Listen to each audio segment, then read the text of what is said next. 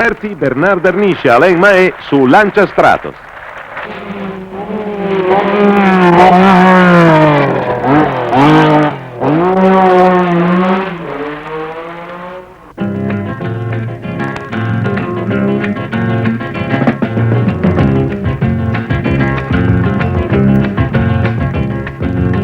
Nonostante le polemiche anche violente della vigilia, ancora una volta il Rallye di Montecarlo non ha tradito l'attesa. Le principali case automobilistiche impegnate nei rallies e un buon numero di privati di grande prestigio non hanno mancato l'appuntamento con la più prestigiosa prova al mondo. Il ridotto percorso di avvicinamento dimezzato rispetto ai precedenti ha fatto poi sì che all'arrivo nel Principato per la vera partenza del rallye tutti i migliori fossero ancora presenti. La novità più grossa del rallye è stata l'adozione del pneumatico unificato. Severi controlli durante tutta la gara accertavano infatti che ciascuna macchina corresse sempre con il tipo di gomma scelto 15 giorni prima del via del rallye. Un lavoro improbo anche per le case di pneumatici alle prese con 1000 problemi tecnici. Per le Lancia Stratos, considerata anche la grande potenza a disposizione, si era preferito il rivoluzionario P7 Racing della Pirelli.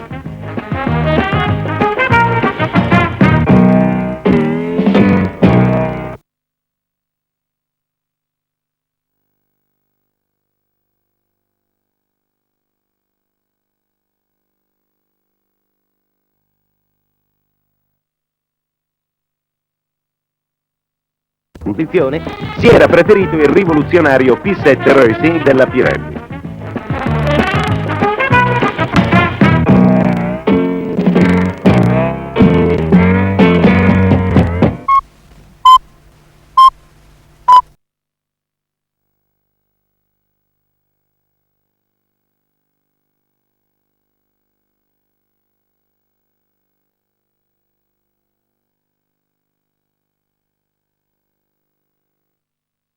Rivoluzionario P7 Racing della Pirelli.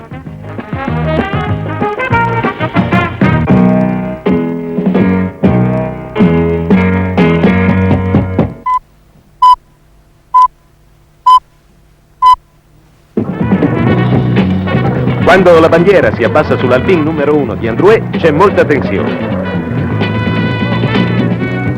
Il vero rallye inizia solo ora. Nell'ordine, ancora deciso dal numero sulle fiancate, ci si avvia alla prima prova speciale nell'entroterra sanremese. Adesso non è più tempo di discussioni o di pronostici, saranno i cronometri a decidere chi ha scelto la miglior gomma o chi ha a disposizione la macchina migliore. La squadra Lancia è completata dal super privato Darniche. Si comincia sullo stretto asfalto di Passo Chimbegna, in Italia. Androuet è subito velocissimo.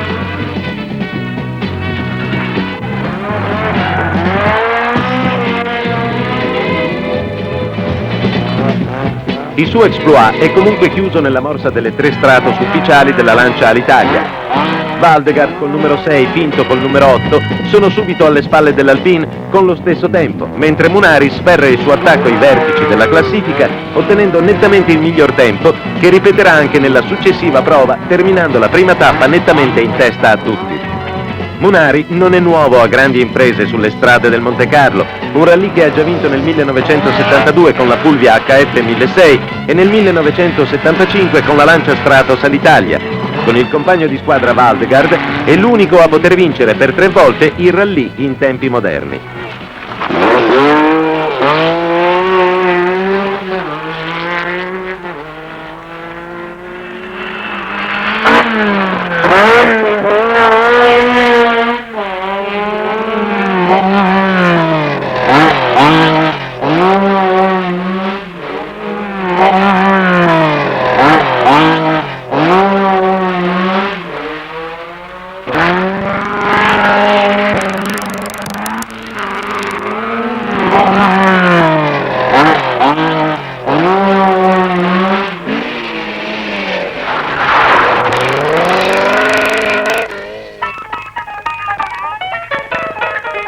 Dopo una notte di riposo, i concorrenti si rimettono in marcia per il lunghissimo percorso comune, oltre 36 ore di guida ininterrotta. Per le Lancia, già al comando con Munari e con Valdegard e Darniche strategicamente di rincalzo, si tratta di correre soprattutto con intelligenza.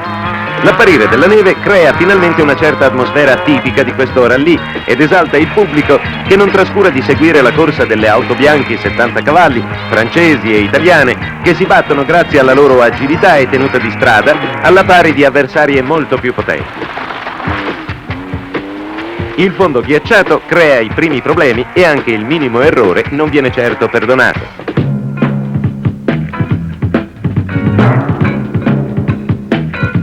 Alle assistenze inizia la danza delle gomme. Munari, tra tutti i piloti, è il più preoccupato perché ha l'ingrato compito di aprire la strada. Proprio per l'adozione della gomma con unico disegno, ogni scelta diventa più critica. Una chiodatura scarsa, come troppo abbondante, potrebbe essere fatale. In pochi minuti le macchine vengono controllate in ogni particolare. Prima quella di Munari, poi quella di Valdegard, poi quella di Pinto, che è l'unica ad avere problemi sin dalla partenza.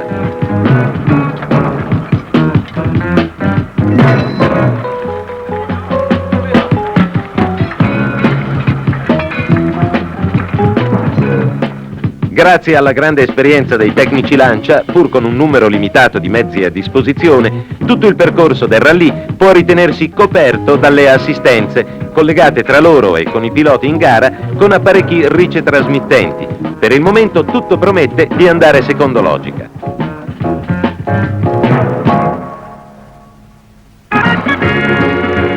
Il fondo è in parte sgombro e in parte ghiacciato e per i piloti la guida diventa particolarmente difficoltosa.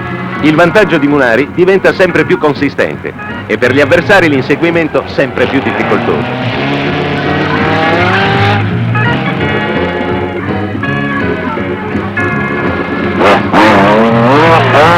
Sul verglas occorre essere estremamente precisi ed evitare sempre l'azzardo. Una frenata troppo ritardata può compromettere un'intera corsa.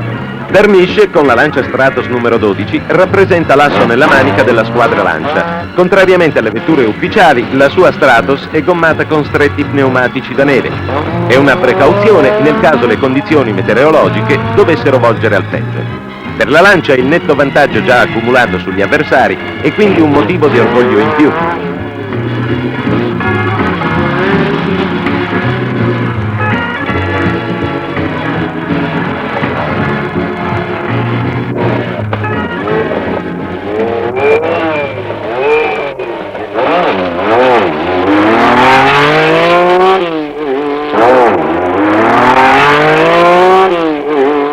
Col passare delle ore iniziano gli immancabili colpi di scena. Androuet, il più tenace avversario delle Stratos, è uscito rovinosamente di strada infortunandosi seriamente. Il monte ha perso un protagonista mentre le prove si susseguono senza sosta. C'è anche un'anziana Fulvia HF che terminerà brillantemente nelle prime posizioni.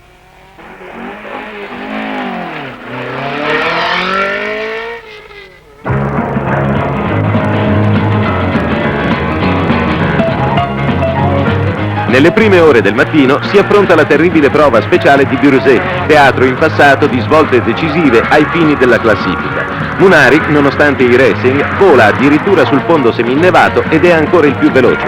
Ma il suo vantaggio sugli inseguitori si è molto assottigliato perché durante la notte un'improvvisa nevicata a Saint-Jean-Royan gli è costata un ritardo di 4 minuti, non essendo stato possibile montargli gomme chiodate in tempo utile. Nicolas, con l'Alpine, si è riportato vicino alle Lancia di testa, ma la squadra francese ha già perso altri 2 piloti per incidente, Henry e Vincent. Le 3 Stratos di Munari, Valdegard e Darniche hanno comunque ancora la corsa in pugno con grande autorità. Il pericolo più grosso può venire adesso solo dall'affaticamento al volante, particolarmente pericoloso in condizioni di guida esasperate da continuo mutare del fondo stradale.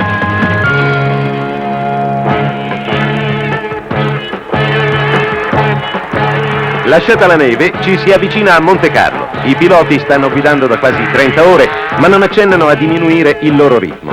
Munari, che anche i francesi hanno imparato a chiamare Le Dragon, non ha perso la calma e via via si è ripreso un certo vantaggio sul compagno di squadra Waldegard. Alla fine del percorso comune non manca molto e il minuto che separa i due principali protagonisti del rallye è decisivo per definire la tattica da adottare nell'ultima notte di gara.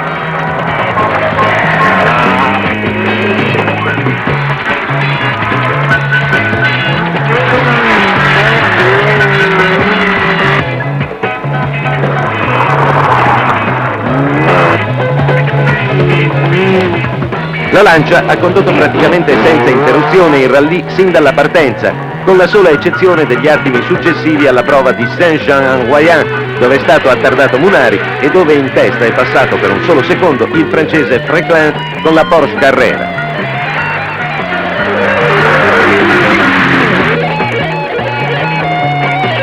Per il resto, gli altri avversari sono tutti piuttosto staccati, compresa la Ford, cui è rimasto in gara il solo Clark con l'Escort numero 11. Molto simpaticamente a fine rallye, lo stesso Clark dichiarerà a un giornale inglese che per battere le Stratos bisognava perlomeno togliere loro le ruote.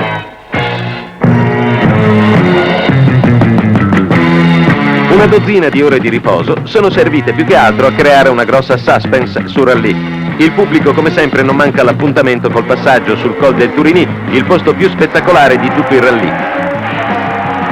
Al passaggio della Stratos all'Italia di Munari è tutto un boato, perché quest'anno gli italiani sono in maggioranza.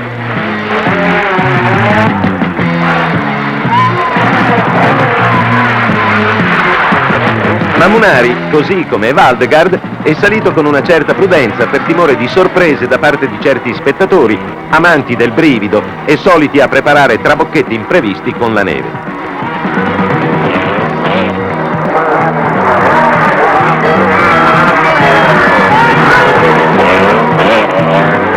Si scatenano invece quelli dell'Alpine, soprattutto con Nicolà col numero 4. Anche Roll con la Opel Kadett numero 16 è velocissimo, ma lui, come Clark o come Allen con lo Spider Fiat numero 7, può solo sperare in una défaillance della Lancia, non certo in un clamoroso recupero. Per i francesi venuti in cima al colle a suscitare entusiasmi, ci pensa Freclin con la Porsche.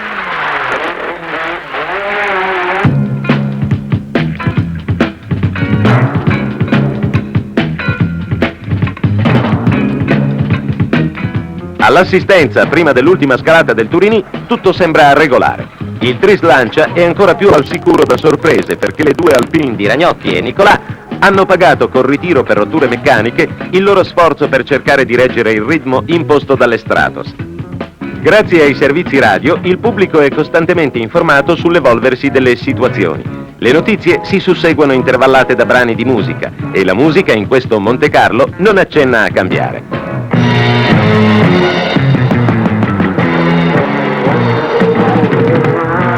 L'ultimo Turini potrebbe essere quello dell'apoteosi, in realtà per Munari sarà quello del brivido. Nonostante il perfetto passaggio in cima al colle, la sua Stratos ha un momento di défaillance.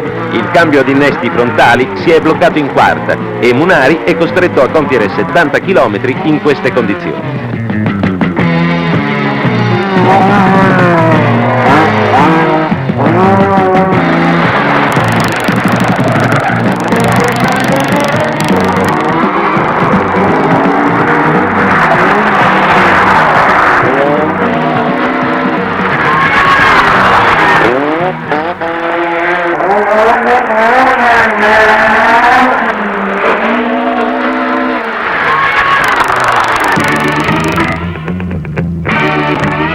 Ma un cambio non poteva togliere a Munari il premio di un rallye sempre corso al comando.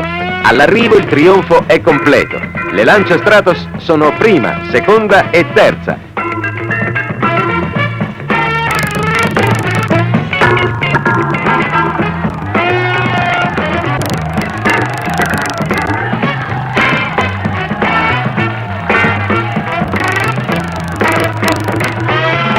Lo champagne adesso si spreca. È un trionfo anche per Cesare Fiorio, sollevato di peso dai meccanici. Per Munari e la Lancia si tratta di un bis che è di buon auspicio per un tris consecutivo nel campionato del mondo.